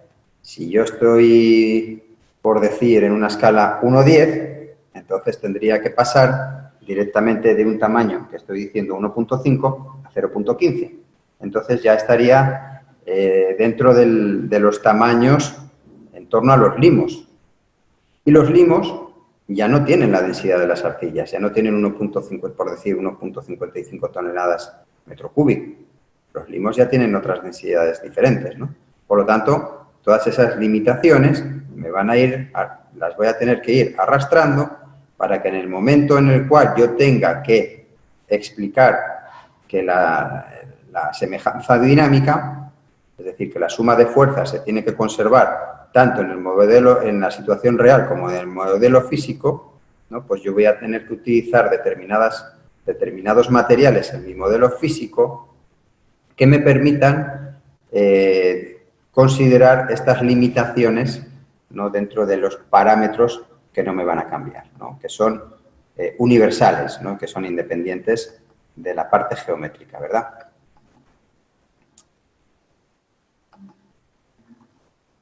Vamos a ver pues, los 4 aspectos que hemos visto, ¿no? Dentro de los modelos físicos. Los modelos de estructuras hidráulicas en ríos. ¿no? Donde vamos a ver 3 ejemplos de modelos de estructuras. Por ejemplo, una estación de aforo, un punto en el cual, en este caso, pues fijaros que el cauce natural ha sido sometido a un estrechamiento, por lo tanto, las líneas de corriente van a cambiar, es decir, o más bien, en la situación real hay una serie de líneas de corriente que yo voy a tener que reproducir sí o sí en el modelo a escala, en mi modelo físico, ¿no? Se ha realizado una obra de hormigón en este caso, se ha estrechado el cauce y de esta manera yo puedo medir el caudal de una manera controlada, ¿no? Obviamente, como vemos ahí en la fotografía, pues estos puntos pues tienen que ser necesariamente mantenidos, tienen que tener un mantenimiento por cuanto todo el material que es arrastrado y que es depositado inicialmente en el fondo. Este fenómeno lo vemos en los canales normales, ¿no? Sobre todo cuando tienen algún tipo de traviesas en el fondo, ¿no? Vemos que nuestros canales, pues en el momento en que se tiene que hacer el mantenimiento, pues se produce sedimentación de materiales, ¿no? Entonces, este sería el modelo a escala, ¿eh? En el río Llobregat. El río Llobregat es un río que desemboca en la zona de Cornellá, muy cerquita de Barcelona, muy poquitos kilómetros, y configura lo que se llama pues, el delta del río Llobregat, que es un delta no muy grande, 98 kilómetros cuadrados, pero que es un delta bastante degradado por cuanto que hay actividad industrial muy importante. Hay una petrolera que tiene también un oleoducto, se produce también refinado de petróleo. Bueno, pues es una zona bastante conflictiva, ¿no? Bueno, pues se ha hecho una estación de aforo en uno de los afluentes, ¿no? Y este sería pues el modelo a escala que se ha planteado. Fijaros ya los materiales que se están utilizando para poder, estas argucias que yo os comentaba, ¿no? Ya las podemos empezar a ver aquí. El material de origen es hormigón. Fijaros, el material que se plantea aquí es, ¿cómo se llama este material? No es cristal, es polipropileno, no sé cómo se llama, ¿no? No sé. Si tenéis el nombre, polipropileno creo que es, ¿no? Una especie de un plástico. Entonces, se tiene la semejanza geométrica perfectamente definida. La semejanza geométrica la podemos ver, pero ya el material es distinto. ¿Por qué? Vámonos nuevamente a la foto original. Tenemos hormigón. El hormigón está constituido por arena, grava, cemento y agua, fundamentalmente, ¿no? Si lleva unos aditivos, ya en este momento nos da igual. Pero si yo tengo que fabricar hormigón a escala, pues las gravas me las tengo que escalar. Ya tengo que irme a un tamaño de arenas o menos. Las arenas tendrían que desaparecer, por lo tanto ya no tengo arena y grava, ya solamente tendría arena. Entonces ya no estoy hablando de un hormigón, estoy hablando de un mortero. Y a lo mejor, pues ese mortero pues no me va a funcionar tan bien en el momento de explicar pues el funcionamiento hidrodinámico como me puede utilizar otro tipo de material, ¿no? Por lo tanto, como digo, empezamos a utilizar este tipo de argucias para intentar reproducir lo que se está produciendo en la situación real frente a la situación a escala, ¿no? Aquí tengo un punto de medida, ¿no? Constante de la altura de la lámina de agua. Yo puedo medir la altura de la lámina de agua dentro, ¿no? O a través de sensores. Aquí tenemos una estación de medida, si os fijáis, con un data logger en el que está transmitiendo la información en tiempo real. Yo puedo medirla pues, dentro del río o puedo incluso medirla desde fuera, ¿no? Yo puedo tener un sensor de altura de lámina de agua considerando su incertidumbre, ¿no? Sus errores, ¿no? Y puedo tenerlo también, ¿no? Pues este sería el caso con ese tipo de sensor. En este caso yo tengo una escala geométrica de 10, una semejanza del número de Frot, ¿no? Por ejemplo, la tensión superficial. La tensión superficial yo no la puedo escalar, ¿no? No la puedo escalar. Entonces, el número de Reynolds va a ser completamente diferente. ¿Para qué? Pues para que la sumatoria de las fuerzas a escala real sea igual a la sumatoria de las fuerzas a escala, ¿no? Es lo que estamos viendo aquí. El número de Reynolds no va a ser el mismo en la situación real con respecto a la situación ¿Para qué? Pues para que el sumatorio de fuerzas, que es lo que yo quiero explicar, sí que sea el mismo. Vamos a ver otra situación, un sedimentador. Un sedimentador en un canal, en una zona o desarenador, en una situación como la que vemos, ¿no? Aquí tenemos el área en el cual pues, se nos van ubicando los sedimentos, ¿no? En un área controlada, yo perfectamente los puedo extraer de aquí. Esta sería la situación a escala y fijaros cómo se comporta hidrodinámicamente. Efectivamente, daros cuenta, mirad, aquí tenemos unas gravas, con sus arenas, etcétera, etcétera. Evidentemente todo esto lo tengo que escalar. Entonces ya aplico la escala geométrica a mis sedimentos. Fijaros que este ya es un tamaño arcilla, limo arcilla, ¿no? Y con eso pues yo puedo dar explicación justamente a escala real de lo que ahí se está produciendo, ¿no? De lo que se está generando.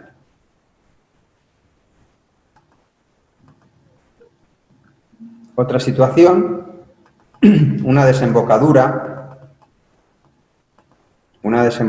¿no? Vemos cómo viene el río, en la parte superior izquierda, viene el río y de repente, pues, aumenta la pendiente, y en este caso, todo esto, esta escala, aumenta su pendiente y vemos cómo se comportan en el perfil los sedimentos que transporta, de cómo se van generando, fijaros, esta sedimentación en diferentes estratos, estas ondulaciones, acordaros, ¿no?, de la curva de Shields, ¿no?, el que nos relacionaba justamente el número de Reynolds con la tensión de corte, el umbral a partir del cual se produce movimiento en las partículas o sedimentación, ¿no? Entonces, en función de dónde nos encontremos, pues se va a producir movimiento de partículas o sedimentación de las partículas, ¿no? Lo podemos ver aquí claramente, de cómo se va generando depósitos de materiales, ¿no?, según lleve o no lleve material. Estos depósitos de un color marrón más oscuro se corresponden a materiales de mayor granulometría, es decir, momentos en el cual, en la desembocadura, el tramo del río tiene materiales de mayor tamaño, lo que quiere decir que la energía en el río es mayor. Mientras que estas lineaciones más claritas se corresponden a tamaños más finos, ¿no? Por lo tanto, a momentos en los cuales el río tiene o transporta sedimentos de menor tamaño, ¿no? Por lo tanto, vemos en la primera parte 3 ejemplos de estructuras hidráulicas de cómo se pueden modelar. La estación de aforo, el sedimentador y una desembocadura de un río, ¿no?, de cómo yo la podría llegar incluso a canalizar, ¿por qué no? De ahí vamos a ver 5 ejemplos de modelos modelos físicos para tramos fluviales en el lecho fijo. Este es un ejemplo que hemos visto en una de las grabaciones, en uno de los dibujos. Se corresponde con las barras de materiales sedimentarios que se depositan en la desembocadura de algunos ríos y que obligan al cauce a variar su curso para alcanzar la zona de menor pendiente.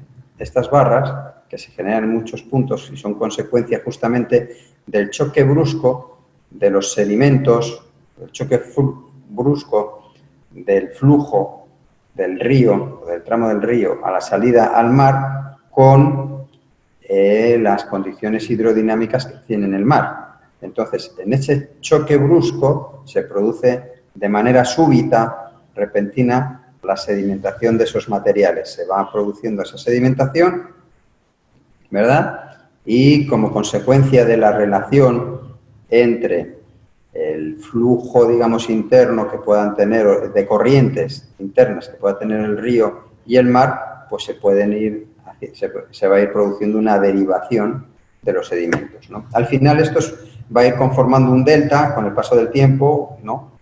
Y yo lo puedo simular también, ¿no? Lo podemos simular en la realidad, o sea, en una situación de modelo físico.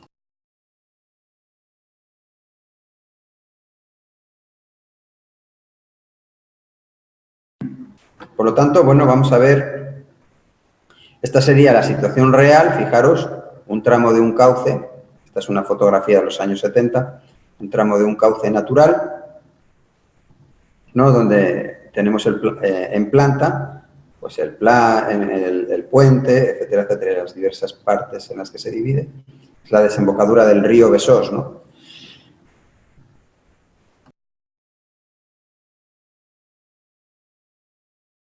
Este río también se encuentra en la zona en Barcelona. En la zona norte, no es un río de menor entidad que el río Llobregat. Si os fijáis, no produce o no llega a producir un delta, como en el caso del propio río Llobregat. Entonces se hizo un proyecto en el cual pues, se canalizaba el río para eliminar y terminar eliminando esta barra y hacer que el flujo del agua pues, tenga un flujo normal, rectilíneo, ¿no? Fijaros de lo que os estaba hablando, las argucias, ¿no? Yo puedo, esta es la... un segundito, por favor.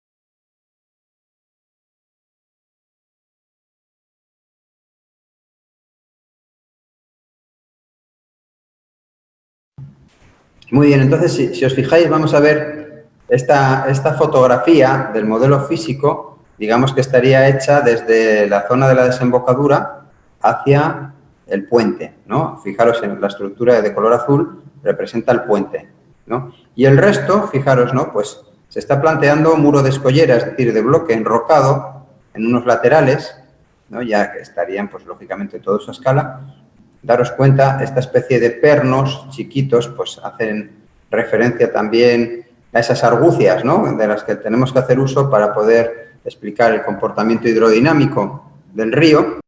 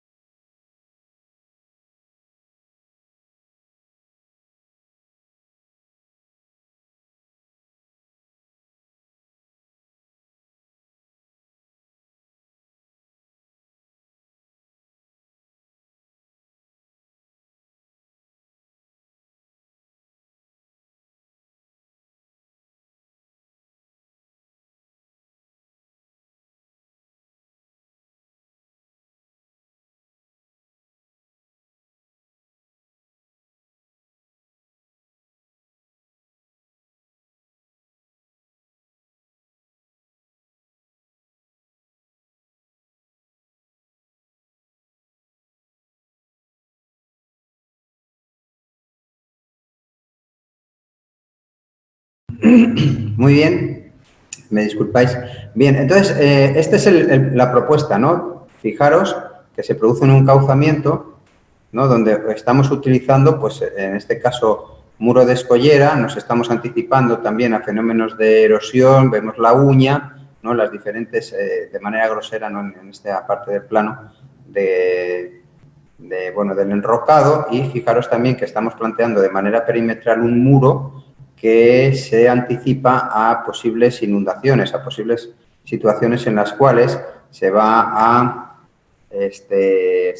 podría llegar a aumentar el nivel del agua, y para evitar pues esas inundaciones pues se plantea este muro de diseño que también está a escala, ¿no? Digamos en las zonas ya más externas, ¿no? Ese muro de los márgenes se correspondería con el muro que estamos viendo en el perfil. Y todo esto pues es vegetación, ¿no? Vegetación, si os fijáis, vegetación.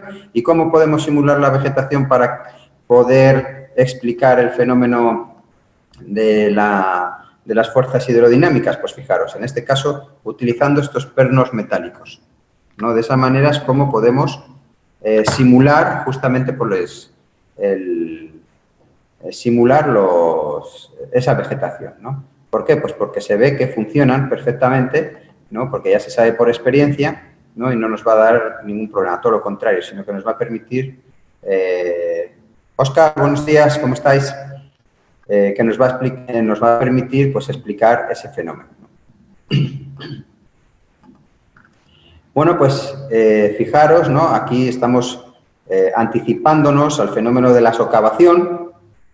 El fenómeno de la socavación va a llevar ocasionado, como ya sabemos, en un enrocado, la caída de los bloques. ¿Cómo lo podemos evitar? Pues construyendo esa uña. Ya vimos la semana pasada cuál es la longitud que tiene que haber, cuál es la profundidad, etcétera, etcétera, y cómo tiene que ser la construcción, cómo tiene que ser el filtro de mínimo 30 centímetros, etcétera, etcétera, ¿no? Entonces, todo eso lo vamos considerando en nuestro modelo. Este sería en una fotografía semiplanta, ¿no? En un perfil, una zona, una fotografía aérea, ¿no?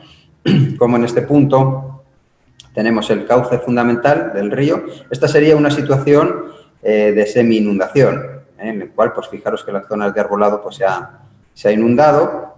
La zona de color negro corresponde a la del enrocado, donde debería circular o donde debería fluir, fijaros aquí en el perfil, de manera normal el río, y aquí se está simulando una situación de mayor caudal, ¿no? Sin llegar a una inundación que estaría limitada por los ríos, o sea, por los márgenes de hormigón laterales, ¿no? Que en este caso pues no llegamos, ¿no? Fijaros, ¿no? Pues esto es el tema de la vegetación, Fijaros, en este caso, estos simularían troncos de árboles, ¿no? Pero en el caso, por ejemplo, de este tipo de plantas, freatofitas, aquellas que tienen sus raíces en contacto permanente con humedad o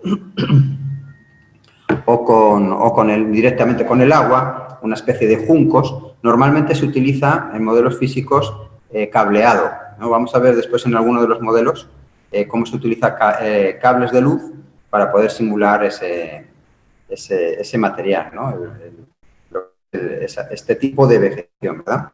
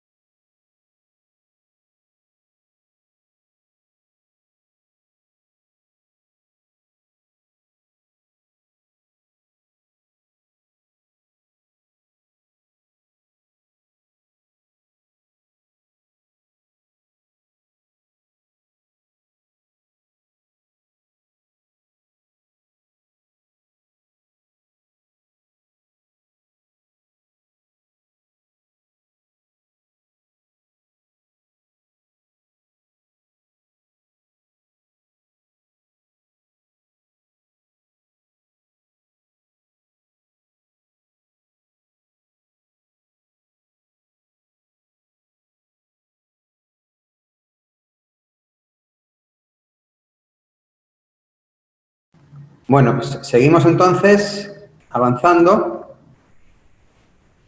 Aquí vemos también pues, diferentes situaciones de lámina libre, de cómo se comportaría los puntos conflictivos, como pueda ser la de las pilas en el puente, ¿no? Con diferentes caudales, y vemos cómo en algunos puntos pues, se nos generarían depósitos de materiales, ¿no? De barras, frente a variaciones del caudal. Es decir, una vez que yo tengo claro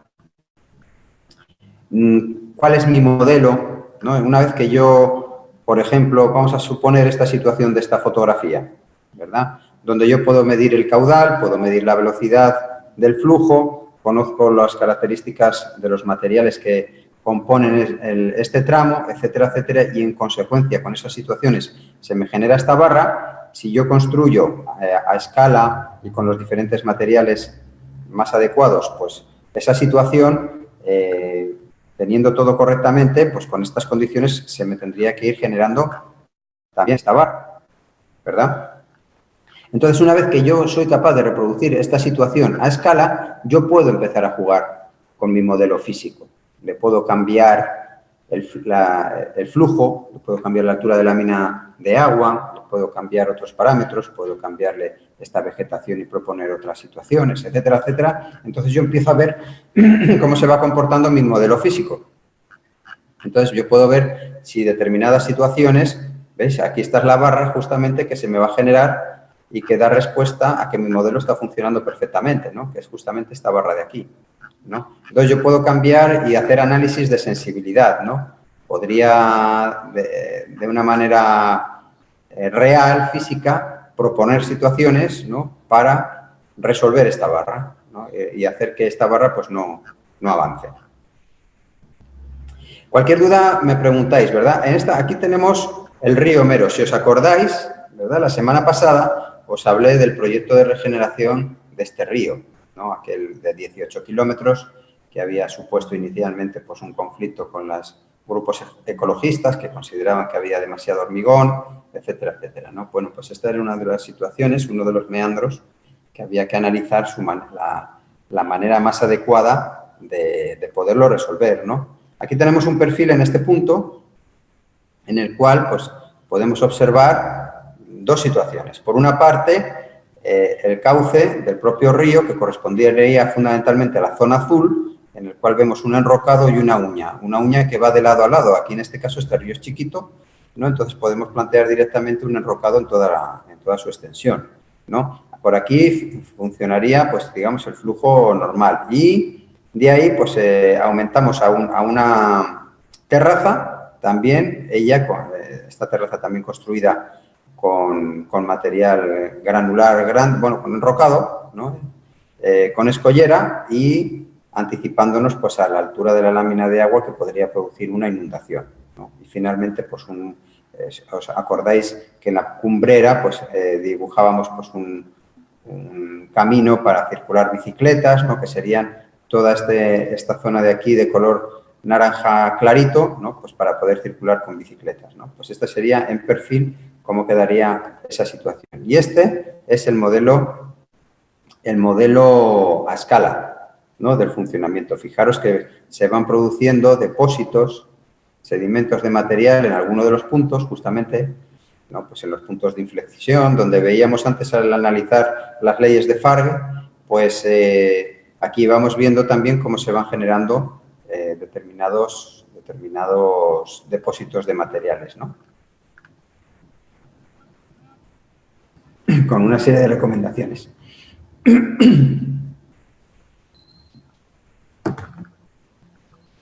Vemos entonces cómo se comportaría, esto ya se correspondería, esta parte de aquí se correspondería con el modelo en software, el modelo con un software, ¿no? De cómo se produciría cualquier variación que implique un cambio en el curso. Fijaros, ¿no? En esta parte de aquí sabemos que ya se va a producir erosión, por lo tanto, partimos de un recubrimiento lateral, ¿no?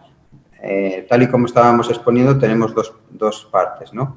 El flujo principal y el área de inundación, ¿no? Entonces, incluso el área de inundación también tiene que ser protegida debidamente frente a procesos de erosión que ocasionen esas inundaciones, ¿no? El área de recubrimiento, como al ser un río muy pequeñito, un tramo bien pequeño, pues hombre, no optamos por otro tipo de soluciones, no optamos, por ejemplo, por espigones, no optamos por diques, ¿no? Pues simplemente un recubrimiento es suficiente, ¿no? Para poderlo resolver. ¿Y cómo funcionaría hidrodinámicamente el río? ¿No?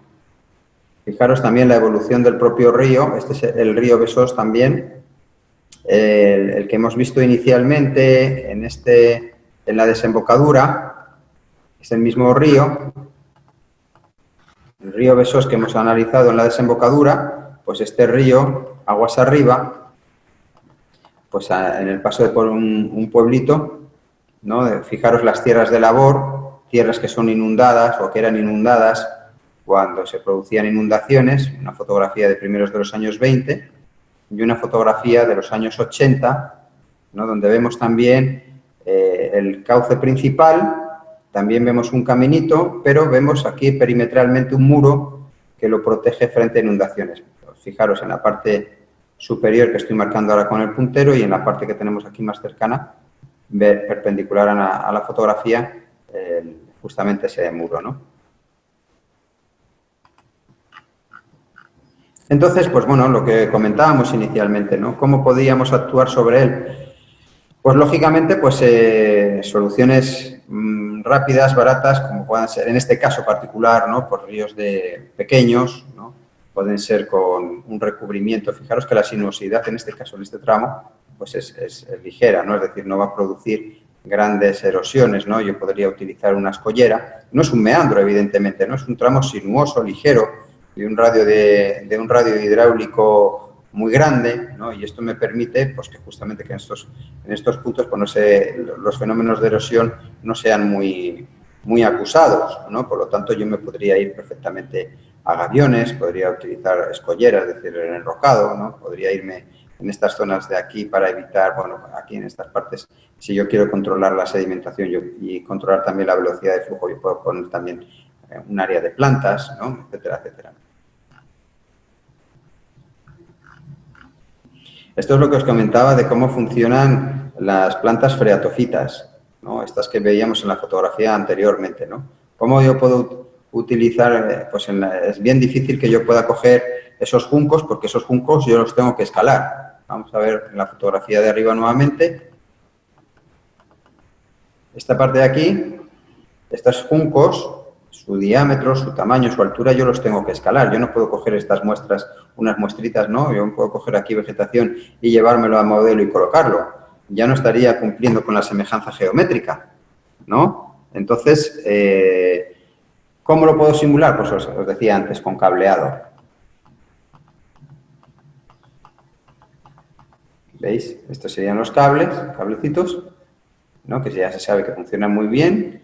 Los coloco, tal. Hago, en este caso, en aguas bajas, chiquitas, que sería la situación de la fotografía que hemos visto arriba. Y si yo aumento el caudal, pues ya quedan inundadas y fijaros cómo se comportan, ¿no? Evidentemente ofrecen una resistencia. Esa resistencia, pues yo tengo que intentar reproducir la resistencia que se produce, que se genera a escala real, ¿no? Entonces, esa sería una situación. ¿Veis? Aquí lo mismo, exactamente igual, situación real y como siempre os comento, ¿no? A un modelo físico siempre le acompaña un modelo numérico que es alimentado con los parámetros que yo puedo medir en el modelo físico, ¿verdad? Y con el que yo puedo jugar. Las líneas de corriente, como os decía, una de las situaciones que yo tengo que explicar es la semejanza cinemática. Si yo en la realidad puedo dibujar 5 líneas de flujo, ¿no? Con sus diferentes velocidades, etcétera, etcétera, pues en el modelo físico yo tengo que explicar, reproducir esas 5 líneas de flujo exactamente igual, también con sus velocidades, etcétera, ¿no?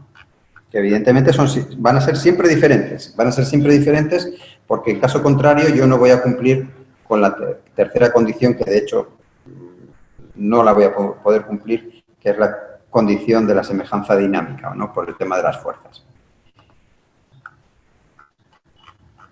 Voy pasando, ¿no? Pues bueno, pues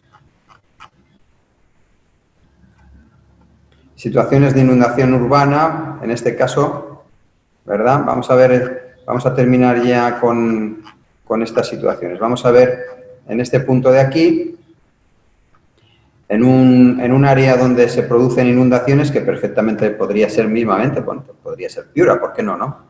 Pero, bueno, pues cómo se comporta el río, las estructuras, ¿no?, frente a un aumento súbito del caudal consecuencia de episodios de lluvia extraordinarios, ¿no? Vemos aquí el perfil justamente este sería en planta. Vemos en planta, ¿no?, donde está ubicado en esta parte de aquí la zona que nosotros queremos simular, ¿no?, que nosotros queremos hacer el modelo físico, donde vemos justamente el perfil en ese punto, del perfil A a la prima hasta aquí, ¿no? Vemos un puente perdido antiguo y un puente actual, que sería esta situación, ¿no? Entonces, este de aquí, que correspondería al puente sustituido, digamos, ¿no?, porque evidentemente vemos que genera grandes problemas. Evidentemente, los puentes, cuando hacemos la simulación, si recordáis en la presentación inicial que hacía del curso, en uno de los modelos que os presentaba, hicimos una simulación de cómo se comportaba un puente en un punto, ¿no?, en un pueblito que se llama Salduero. Y veíamos que actúa como una especie de presa, ¿no? Lógicamente, entre las pilas, todo el material que arrastra sólido, el choque súbito del flujo a gran velocidad, etcétera, pues ocasionaba que en estas zonas de aquí se acumularan todos los materiales sólidos y, en consecuencia, pues actuara de represa, y que veíamos al otro lado como la parte inmediata posterior al puente, pues la altura de la lámina de agua disminuía. Aquí en esta foto lo podemos ver, ¿no?, en este punto de aquí, ¿no?, cómo disminuye. Incluso podemos ver que hay una situación en esta parte de aquí de menor profundidad a mayor profundidad, ¿no? Pues todo eso se puede simular. Y esta sería la nueva situación, ¿no?, del nuevo puente. Entonces, esa situación la podemos trasladar a un modelo, como sería el caso, y podríamos explicar... podríamos reproducir cómo se comportaría las pilas, en este caso de este puente. Fijaros además qué dimensiones tienen. Son pilas que en toda la longitud, no son pilas, actuarían prácticamente como estribos, de hecho, ¿no? No son pilas puntuales, ¿verdad? Y yo podría, pues exactamente igual, reproducir casi lo mismo, ¿no? Fijaros, en un momento erosionable con caudales de 2.400 metros cúbicos por segundo, ¿no? Y obviamente pues existen esas distorsiones debido, como os explico, a las argucias que tenemos que tener en cuenta a la hora de construir el modelo físico para poder explicar la semejanza dinámica. También este es otro río, bueno, este creo que es el Besós, me parece, también en su paso por antes de llegar a Barcelona, en un tramo cercano también o paralelo que circula por el río Llobregat. Bueno, pues también una situación de pilas, ¿no? Digamos, pues, fijaros, este enrocado para proteger frente a fenómenos de socavación, ¿no? Pues cómo se va a comportar el río desde un punto de vista hidrodinámico en los laterales, ¿no? Es decir, tenemos la pila, en profundidad está la zapata, y el enrocado perimetral para protegerlo frente a la erosión, ¿no? Bueno, hasta aquí hemos visto dos tipos o dos aplicaciones diferentes de los modelos físicos. El primero en estructuras hidráulicas y el segundo en tramos fluviales, ¿no? Nos quedaría en tramos fluviales de lecho fijo, del lecho que no va a cambiar. Nos quedarían los tramos fluviales de lecho móvil, ¿no? Es decir, de fondos móviles, de márgenes móviles, que realmente pues, son las situaciones que más se producen, ¿no? Y fenómenos locales de socavación, ¿no? En cuanto a la aplicabilidad de los modelos físicos. ¿Tenéis alguna pregunta hasta aquí? ¿Queréis hacer algún tipo de intervención?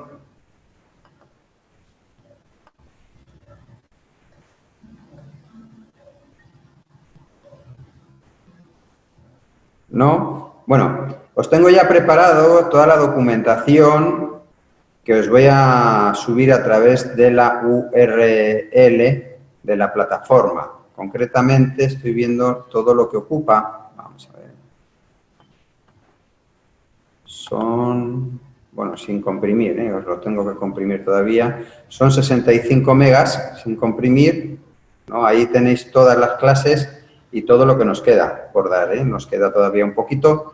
Tenéis el ejercicio resuelto que os propuse la semana pasada y, bueno, pues os voy a poner la URL en la plataforma para que la podáis descargar todo el material. Esto va a ser, pues, aproximadamente lo que tardo en subir al Drive, lo que tardo en subir al Drive la documentación que os he preparado y de ahí os saco la URL para ponerosla. Contar con todos los apuntes. Sí, justamente, es lo que te estoy comentando, José Manuel, que todo lo que os he dado hasta ahora y lo que nos falta es lo que os voy a subir al Drive, a la URL, para que podáis acceder directamente allí. ¿Alguna pregunta adicional de lo que hemos estado viendo hoy? ¿No? Mañana daremos comienzo justamente donde nos hemos quedado. Como hemos visto que hoy hemos empezado la clase solo con José Manuel, si tuvierais alguna duda, porque sí que las leyes de Fargue sí que me interesa, más bien es de gran interés para vosotros que sepáis en qué consisten en cuanto a la capacidad de anticipación de cara al diseño de encauzamientos. Entonces, probablemente pues dé un repasito de las leyes de Fargue mañana también, ¿no? Y luego ya de ahí, pues, nos va a quedar una clase para el viernes que viene, que es justamente la que ayer nos pude dar, por las circunstancias que os comentaba del Colegio de Ingenieros al que tuve que asistir. Entonces, nos quedarían 3 horas ya para la semana que viene, 5 horas en total para finalizar el curso. La semana que viene vamos a hacer un repaso de todo. Os voy a proponer algunas fórmulas adicionales también, que al final, bueno, por lo que son fórmulas es lo de menos. Lo importante es conocer el fenómeno en sí mismo, que es lo que he tratado de transmitiros, entre otras cosas, en este curso. Y ya pasaríamos pues a hacer una pruebita sencilla, una cosa fácil, ¿no? Pero que sí que permita por lo menos evaluar, ¿no? Pues toda la totalidad del curso que hemos estado dando. Entonces, pues nada, mañana os espero, 8 de la mañana, nuevamente, continuamos donde lo hemos dejado hoy y nada, que paséis un feliz sábado y un fuerte abrazo para todos. Muchas gracias por vuestra asistencia nuevamente y, muchas gracias, José Manuel, y mañana nos volvemos a ver. Un fuerte abrazo a todos. Gracias.